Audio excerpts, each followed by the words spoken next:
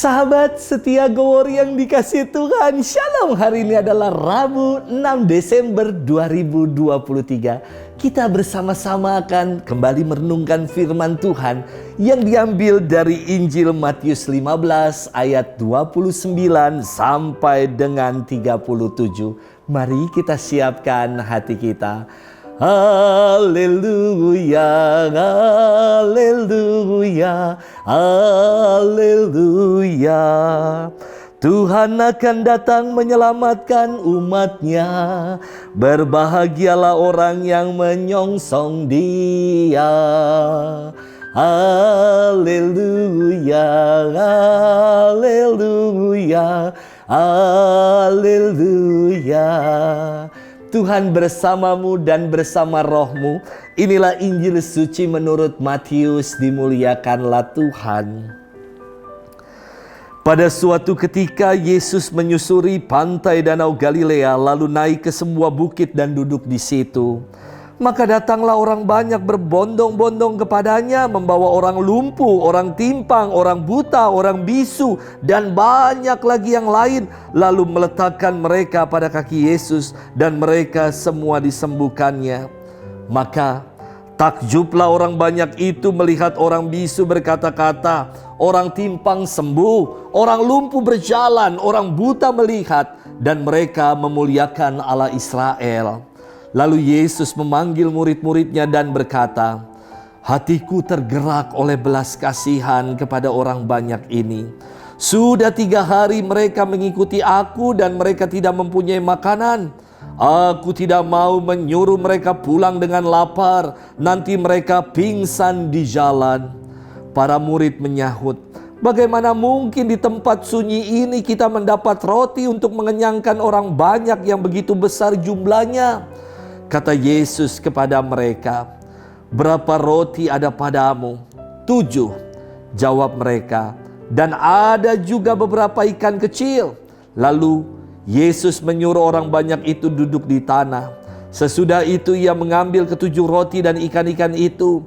Ia mengucap syukur, membagi-bagi roti itu dan memberikannya kepada muridnya.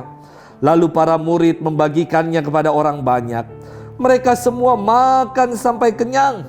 Kemudian potongan-potongan roti yang sisa dikumpulkan 7 bakul penuh. Demikianlah sabda Tuhan. Terpujilah Kristus. Sahabat setia Gowori yang dikasihi Tuhan, Shalom. Saya teringat ketika saya masih menjadi pastor yang bermisi di tanah Papua. Ketika ada kunjungan dari Bapak Uskup, selalu umat ingin menyambut Uskup yang datang. Bukan hanya Uskup Timika, tetapi ketika Bapak Uskup dari Jakarta juga datang, umat menyambut dengan penuh antusias dan kehangatan. Saudari-saudara, sahabat setia Gowori yang dikasihi Tuhan, adat di budaya di Papua, ketika menyambut tamu yang terhormat, orang besar, mereka pasti akan potong babi dan memasaknya dengan cara bakar batu atau disebut barapen. Yakni babi itu diungkep di atas batu-batu panas, juga di bawahnya dialasi dengan batu panas. Babinya ada di tengah-tengah, posisinya diungkep. Wah, rasanya nikmat sekali. Namun hewan adat yakni babi harganya sangat mahal sekali di tanah Papua. Kasihan masyarakat yang sederhana kalau menyambut Bapak Uskup yang datang, mereka selalu potong babi. Karena yang datang bisa ribuan orang. Dari manapun orang datang untuk sama-sama merayakan dan menyambut orang penting, orang besar, Bapak Uskup yang datang. Sahabat setia Gowori yang dikasihi Tuhan, maka saya pernah membuat ide, tidak lagi dengan memotong babi, tetapi dengan membuat roti. Saya ajari beberapa mama, saya bergaya seperti Master Chef. Wah, ambil tepung, wah, masukkan ke dalam ember, lalu kita uleni. banting-banting. Wah, pas bagian banting-banting, mama-mama semua semangat sekali. Sampai ketika sudah selesai diuleni dan adonan sudah kali, saya bilang, "Mama, sekarang tutup semua adonan."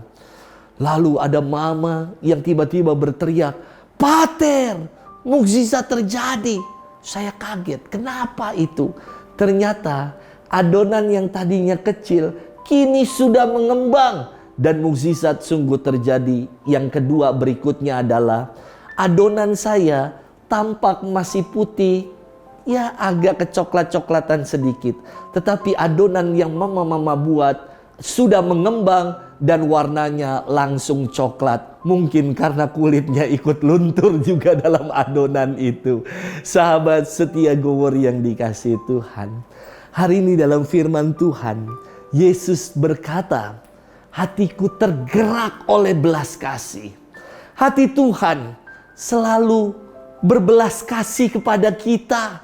Hatinya senantiasa diarahkan kepada kita, orang-orang yang mau datang dan mengalami hadiratnya.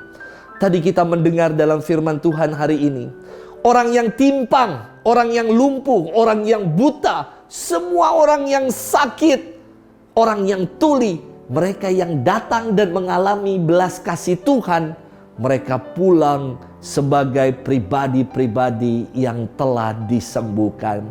Dan belas kasih Tuhan bukan hanya sekedar omong doang, saudara-saudari. Belas kasih Tuhan dinyatakan dengan perbuatan nyata, perbuatan kasih nyata. Ketika Yesus melihat banyak orang yang telah 3 hari berjalan mengikuti dirinya dan mereka kelaparan tidak punya makan, Yesus meminta kepada para muridnya, kamu harus memberi mereka makan. Walaupun dari yang kecil, mereka cuma punya 7 roti dan beberapa ikan kecil. Namun ketika orang punya keikhlasan, ketulusan untuk berbagi, Yesus berdoa atas 7 roti dan beberapa potong ikan, dan dibagikan kepada 4.000 orang, dan dikatakan mereka semua makan sampai dengan kenyang. Tidak ada yang sia-sia dengan berbagi. Dan bahkan Tuhan pun bukan hanya berbagi roti dunia yang habis dan selesai. Tuhan memberikan dirinya sebagai roti surgawi dalam Ekaristi. Maka ketika kita selalu merayakan Ekaristi, kita juga diajak untuk mengungkapkan syukur kita atas pengalaman dicintai oleh Tuhan dengan berbela rasa kepada sesama, dengan sikap peduli, dengan mau berbagi bagi yang lain. Jangan tunggu kaya dulu untuk mau memberi dan berbagi kepada Tuhan. Kita bisa berbagi hati, berbagi waktu, berbagi apapun yang kita bisa berbela rasa kepada yang lain. Semoga Tuhan yang senantiasa berbelas kasih kepada kita menggerakkan kita juga melalui aksi Natal nyata kita juga mau berbagi kasih dengan sesama di dalam kehidupan. Selamat bermenung dan Tuhan memberkati kita selalu. Dalam nama Bapa dan Putra dan Roh Kudus. Amin.